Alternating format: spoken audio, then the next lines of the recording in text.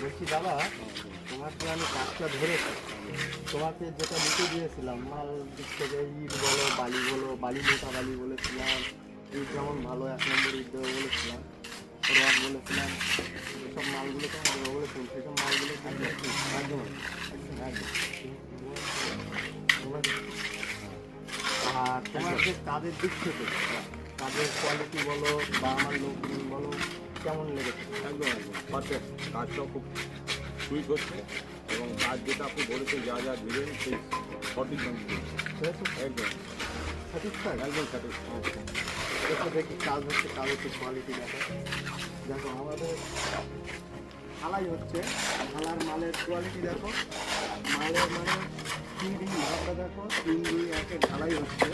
অন্য অন্য কন্ট্রাক্টররা কাজ নিয়ে কী করে, মালের দিক থেকে সিমেন্ট কম দেয়, ঠিক আছে, বালি ধুলো বালি দেয়, প্লাস সিমেন্টের ভাগও কম দেয়। সেই ক্ষেত্রে আমরা আমাদের কাজ দিলে দেখো কোয়ালিটির মাল ঢেলছে, দেখো মালের কোয়ালিটি দেখো, দেখলেই বুঝতে পারবে। এটা একদম সাত ঢালাইয়ের যে ভাগ হয় সেই ভাগের মালের কোয়ালিটি। মালটা মেশাচ্ছে, আসো দেখো।